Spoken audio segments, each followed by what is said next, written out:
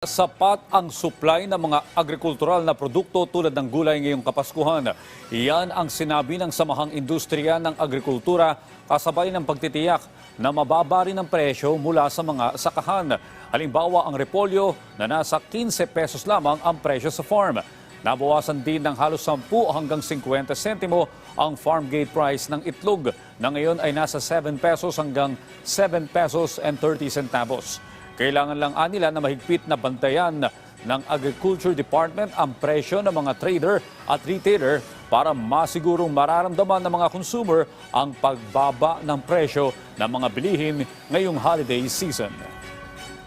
Example yung lowland and upland vegetables, so wala tayong nakikitang pagtaas between yung biyahero at retailer. Talaga tinataas naman nila ng December yan. Maski hindi tumataas ang farm gate. Historically, dahil mabilis ang bentahan, dapat i-monitor mabuti. Dahil sabihan sila na yung farm gate price mababa, bakit sila tumataas?